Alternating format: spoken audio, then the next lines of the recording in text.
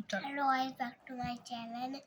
यहाँ दूसरी तरफ ये मेरा तीसरा ब्लॉग है और मैं खा रहा हूँ पकौड़ी बारिश के टाइम पे। देखो पकौड़ी बहुत मस्त लग रही है, अच्छी भी लग रही है।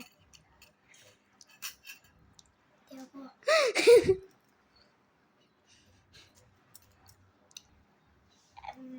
बारिश आ रही थी और बारिश का पकौड़ी खाने का मजा ही कुछ और है।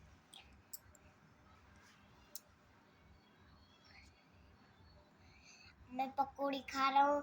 जब मैं पकौड़ी खा के सोऊंगा फिर स्कूल जाऊंगा।